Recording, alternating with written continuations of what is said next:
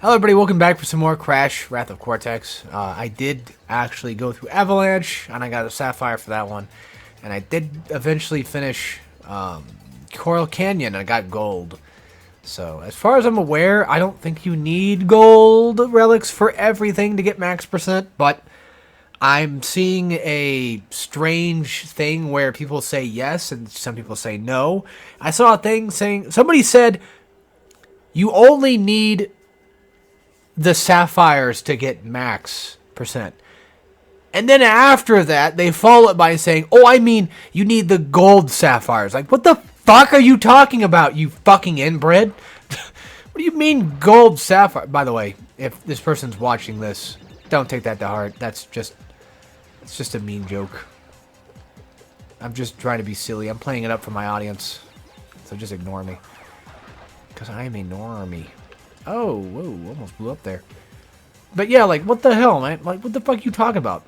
Gold sapphire. Like, what? There's only just, like, sapphire to platinum, you fucking... You know what I mean. You get it. You get it. It's just annoying. Annoying trying to figure out how the hell Crash works. I just realized we're on a plane. What the hell? I have never really looked out there before. I've never really done that much. I not really actually played Crash. Oh, okay. It just disappears when I get the chance. Okay, cool. I haven't played Wrath of Cortex nearly as much as people might think I have. No, I played it enough to, well, you know, beat it. But, like, I've never played it to the point where I have a pretty good idea of where everything is at all times. The benefit of Wrath of Cortex versus, like, say, like Crash 3 or even Crash 2 is that you don't seem to really need to have this insane amount of knowledge to know where everything is located, typically. You could just kind of get away with a good portion of just playing the levels. If there's a gem, like a colored gem you need, and you're probably thinking like, oh, I need a colored gem, you probably just need to do a death route, and you might have it. So it's one of those cases where it doesn't feel like it's really like that strong of a Crash game in terms of hidden stuff, I guess. That's what I think I'm trying to say here. I don't know. I'm saying it in such a weird way that makes no sense to anybody, but it makes sense to me. Also, please, L2, do not break. Funny enough, I actually grew up playing this game, I think, on GameCube, and it was Z button to stealth. Oh, I fucked up. No, that's fine. Still get the boxes for it. That's rare to see those actually have to be slammed. Typically, they don't need to be slammed on. You just kind of just do it and go. If you're like in a giant robot mech suit like I was, then you just kind of just jump on top of them and they break that way. You don't actually need to do the slam technique. So, that's a surprise to see. I think that's it. I'm pretty sure. I feel like I've only seen the one up there.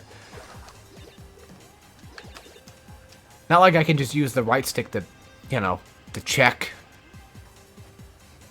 Or anything like that. He's gonna blow up. That's what he does. For those that were curious, that's what he does.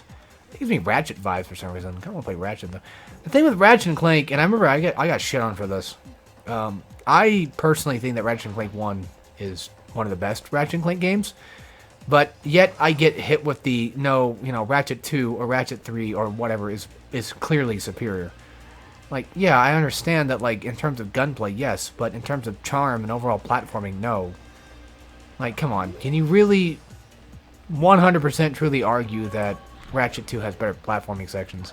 I mean, no, you can, if you think they're better, then that's fine. But I feel like Ratchet 1, I mean, if you like Ratchet 2 more than 1, that's fine, I don't care. I'm just saying that in my opinion, I feel like I personally like, and feel that, in my opinion, that Ratchet 1's, you know, the platforming part of it is much more interesting to me. Personally speaking. Because I feel like since there's not a laser focus on gunplay in that one. Yeah, there's guns, but they realistically only just give you access to being able to blow shit up. That's like crashing in the bazooka, you know, like you just have guns to blow. I mean, it's more than that, and people are gonna take that out of context, like, you know, some people typically do. But they're gonna say like, "Oh, well, you said this, and you mean this," and like, no, I'm talking about like, it's an exaggerated form of the bazooka of Crash, you know, 3 and such, and they're usually used as a way to kind of mitigate enemies and just take care of enemies and stuff, and just be fun. You know, it's for fun. It's guns. It's fun. But for me, the main highlight is running around and hitting things with the wrench and just platforming. Because I'm a Crash guy, right? Well, I like Spyro as well, but like I'm a big Crash guy. And for me, having that spin attack, quote unquote, the wrench, is fundamentally more interesting sometimes than just the guns. Honestly, Ratchet 1 just feels like Crash with guns. That's one of the aspects I can put it. Although it's not exactly Crash, but it's pretty close. If anything is close to Crash, surprisingly enough, it's more Sly Cooper 1 than it is Jak 1, or even, well, Ratchet 1. But yeah, personally for me, I feel like the charm of the platforming and all that is just more interesting in Ratchet 1 than it is later on. Don't know how I got into this big-ass fucking rant about Ratchet.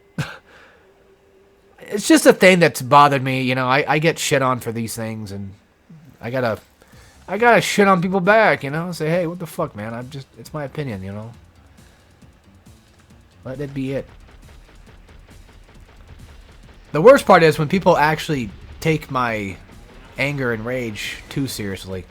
They think that, like,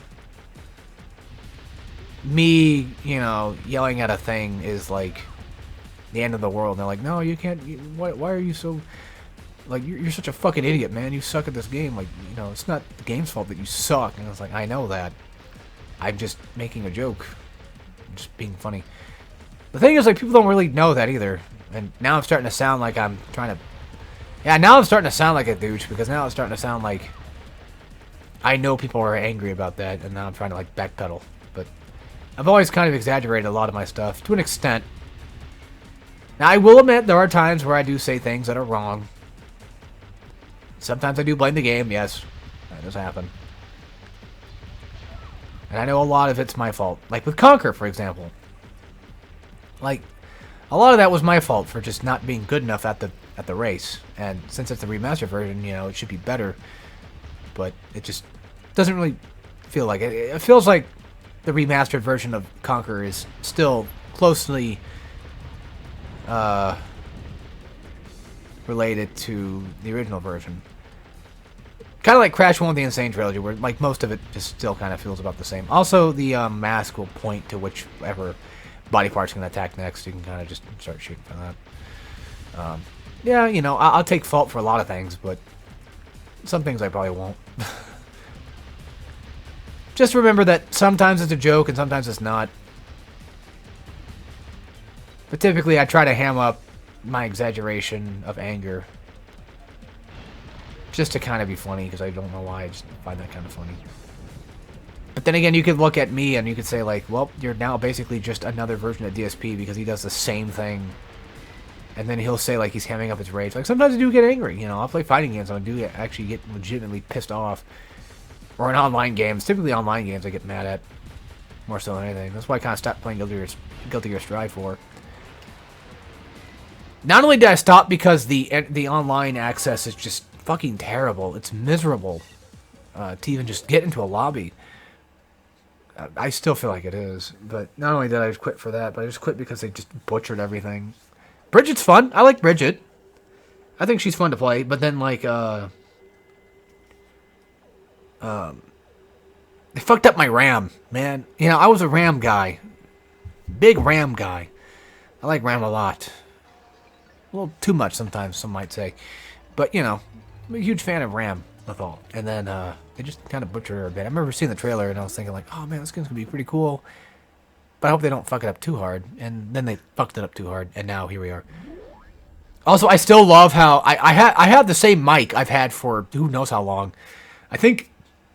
If you go back, I think it's probably like Spyro 2, maybe, is when I changed over to Elgato. And I think that's around the same time I might have changed to my Blue Yeti mic. Not Blue Yeti. What the fuck's this called again? Yeah, Blue Yeti. What the fuck? Okay. Well, it's not blue, I can tell you that.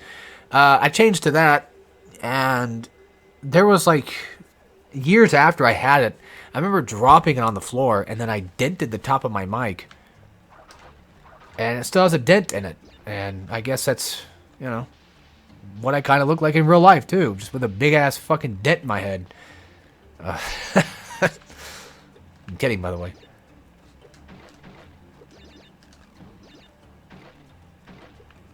There's 138. So I hope to God that most of those are probably, possibly, potentially, and I'm hoping nitros. Let's count them. 1, 2, 3, 4, 5. Okay, cool. We found 5 nitros. I'm not going to count. I'm not going to care enough.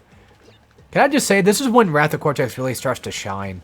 It doesn't exactly feel, in terms of charm-wise, it doesn't feel exactly like what Crash used to feel like, or even look like. But, at the same time, it still is capable of being a decent platformer from time to time. In my opinion, it is. Like, right now, you know, this level does eventually start to suck, but right now, it's not that bad.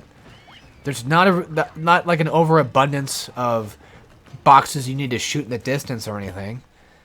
Crash 3. Although it's not technically true. That's not a big thing. That's like a few boxes too. I know, I'm just exaggerating it. But it feels like it sometimes. I don't know why I feel like I gotta apologize for everything. I think that's just the nature of being on YouTube for so long. You just eventually feel like you have to apologize for everything. Is that why people apologize, like make apology videos every day? It's just because they have to apologize for everything they've ever done. Also, nice landing. Yeah, of course. Also, I think... Yeah, I don't think there is a nitro blow-upper. I think you have to... Nah, fuck him. There has to be a nitro blow-up thing, right? Like, there's gotta be one. They're not gonna fuck me that hard, are they?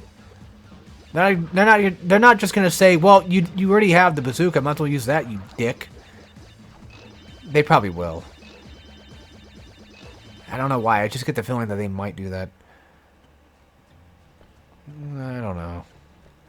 Also, funny enough, it's funny how I'm a big Crash fan, right? Like, I'm a big Crash geek. Yet I've never got all platinum relics. Okay, I died. I've never gotten all the platinum relics, and on top of that, I've never even 100% Crash 4. But I don't know if people would really consider Crash 4 a true Crash game, even though it is. I mean, it technically is. It's technically canon, so... I don't know. Crash 4 took a while to grow on me, though. I mean, I still don't really like it that much, but man, it took a while to grow on me. Like, a long time. I had to actually get good at the game to start liking it. And that's where I think the aspect of it came from, was like, it just finally got good, and I'm like, oh, not that bad. But really, the part that I don't like is the level designs. I think the levels just look ugly, and on top of that, I think the hidden boxes are just abysmal. It's just... You know, this sounds like a complaint, and it is. It is an excuse. Oh, you need a death box. God, damn it. No. Why is circle to... I know in some games, like Japanese games, circle is basically yes, and X is usually no, because it's cross. Meaning like, oh, no, you know. I got hit with that, though. While I was there in Japan, I got hit with the cross no. That's an embarrassing story. And basically, I tried to find a specific station, and I was stupid. And at the time, I was still learning how the train system kind of works, so I tried to figure that out. And then I asked the information people, because it says information. I asked them, and then I basically got told, I think, no, that I'm not at that station. So I think it was just a miscommunication error. But then they tried telling me to, like, go back through this way to go get your ticket again. But then, like, I kept trying to go the way they were trying to tell me to go, but then they would tell me no. But then, I don't know, it was just a big fucking miscommunication error. And it's super embarrassing for me. But, you know, that's what I'm here for, right? I'm the leader of the group, and I'm supposed to be the one to embarrass myself all the time. So that's just how that works. Because God forbid, nobody else will take the chance to actually try. That's what happens when you just end up being, like, the somewhat oldest. I wouldn't even say I'm, like, even the oldest of a group. I'm just, like, the most mature, typically. Like, every group I tend to hang out with, I just feel like I'm always, like, the most mature one out there. Unless I'm with my dad, then that's a different story. If I'm with my dad, then he does everything. But if I'm with any other group of friends or family or whatever, I'm the guy. I'm the go-to guy that does the thing. That's right. I'm the guy that leads the group.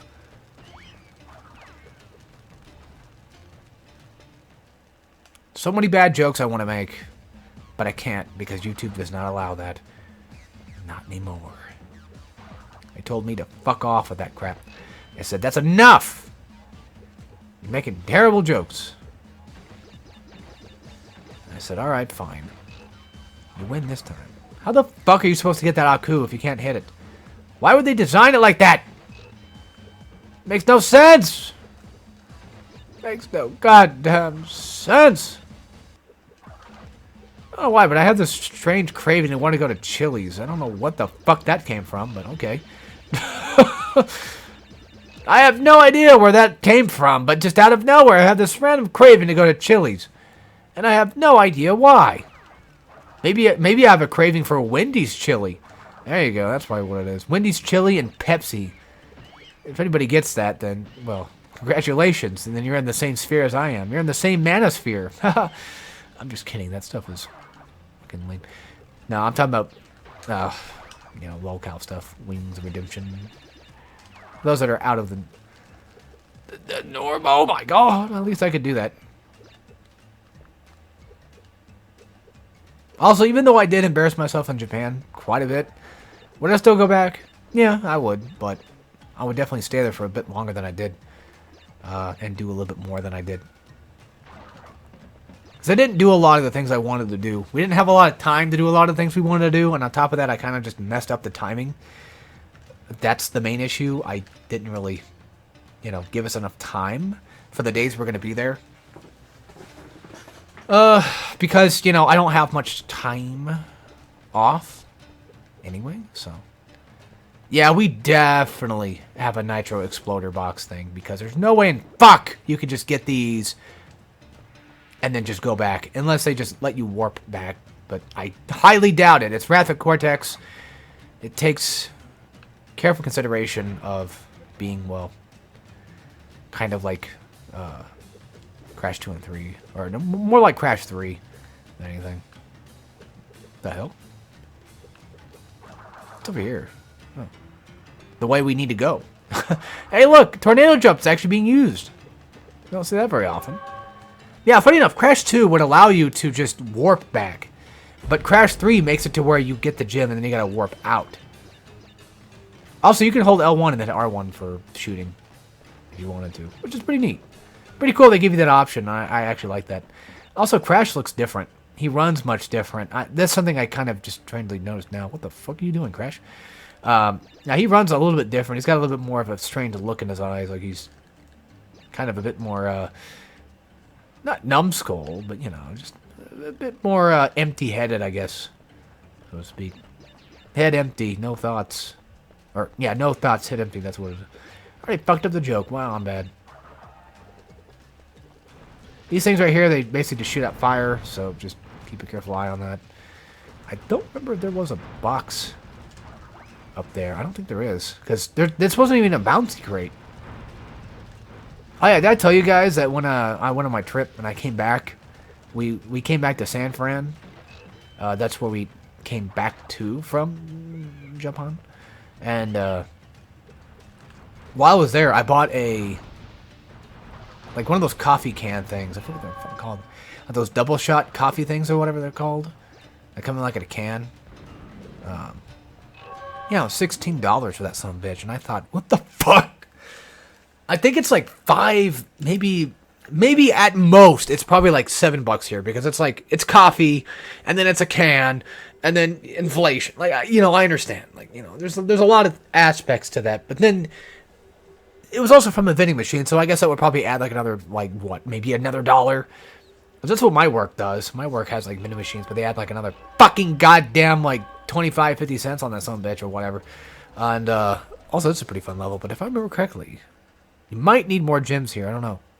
Or you might get yellow gem from here. This is one of those levels that's kind of weird because I always forget how to get the gems.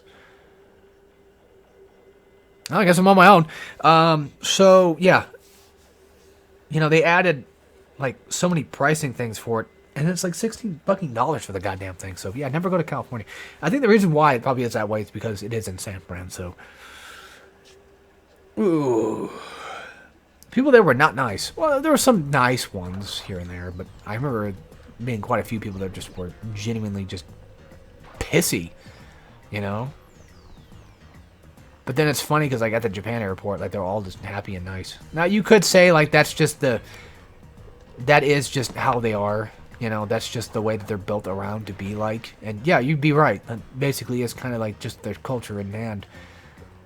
And, you know, that is technically a bit of a toxic way of doing things, I guess. Making everybody, you know, seem like they're happy. But, I don't know, even though they might not necessarily be happy, they do kind of come off like they are, but it's hard to say. So, either way, they're a lot more professional, a lot more nice. I don't know if it means anything if I just talk about, like, airports. I don't think it really matters. I'm not really sure on how that works. Yeah, but, okay, so with this level, I don't remember where the hell... Whoa! Whoa! Sorry. I did not mean to cough into the mic. That just abruptly happened.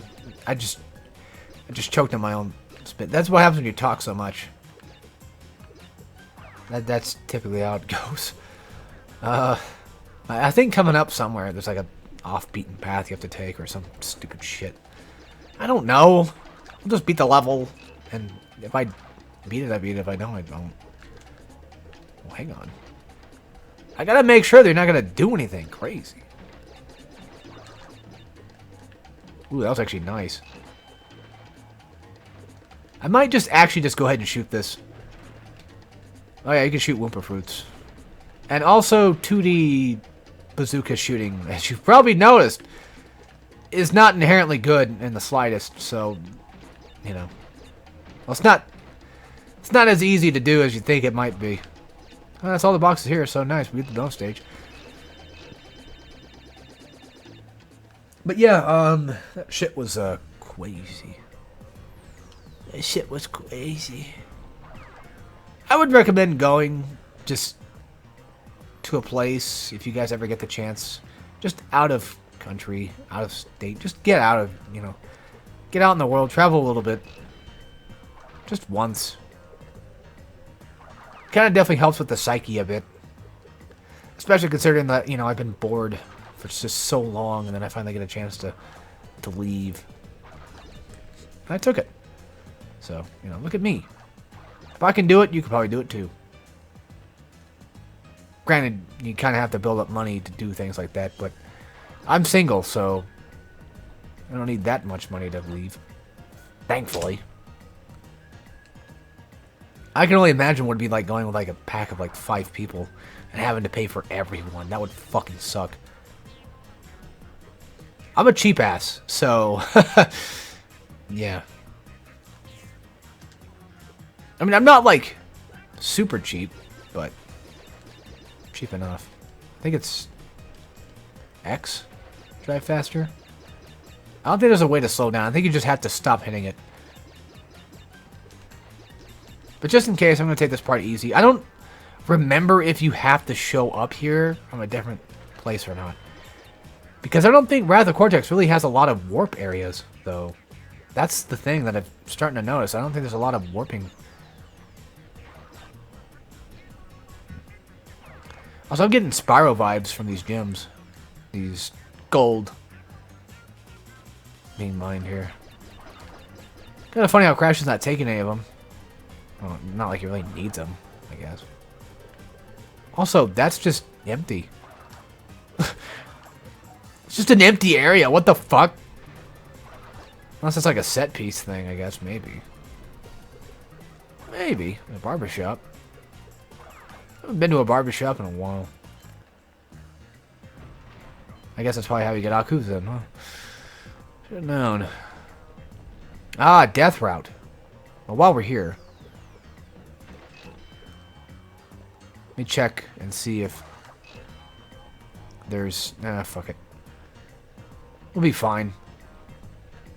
So maybe this is what it was. It might have been the Death Route. Unless this is a specific gym? I don't know. I also like how in the Insane Trilogy, I know I keep talking about it a lot, but it's a pretty good remaster. I mean, in all fairness, I think it's pretty good. In the Insane Trilogy, they actually give you hints whenever you enter levels. And they might say something along the lines of like, oh, you need like a specific gem color to get through here. You need to go get the blue gem somewhere else in order to have access to whatever you need to have access to. Yeah, also, I don't remember this part at all. I genuinely don't remember this. Oh, yeah, I guess we do get the... I think that is the gold gem, right? Like, it looks clear, but it also looks gold, and I don't know, man. If any game needs a goddamn remaster, like an actual upscale and everything, it'd be this game. No doubt in my mind, this game absolutely needs something, man, because it's just... It needs a glow-up, you know? It does need a second chance at life, honestly. So I feel like this game gets a lot of unwanted hate. It may not be exactly the Crash game to play, but it certainly is still a relatively okay Crash game, in my opinion. Don't know what that activated. Probably these.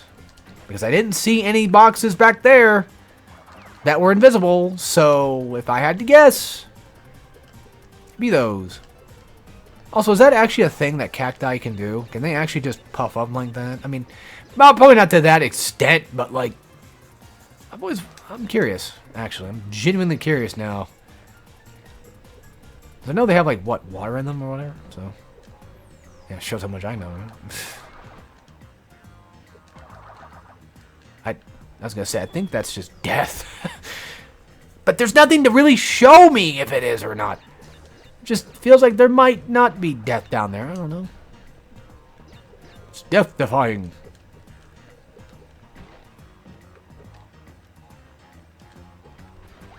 Probably could just fly over this way. Speaking of flying, I would love to see a Crash and Spyro game that's not fucking Crash Purple and Spyro Orange.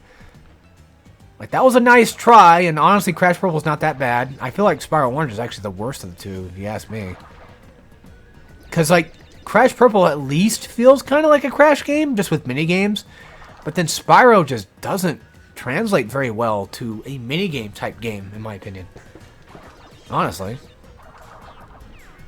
It's also funny how they go so hand in hand. Like, even nowadays, like, with the remaster of Crash Team Racing, you know, Spyro got put in Crash Team Racing. And he fits really well. Actually, did they put Nasty New York in that? I don't think they did. No, maybe they did. I don't know. I don't remember. It's been a while since I've seen him, so...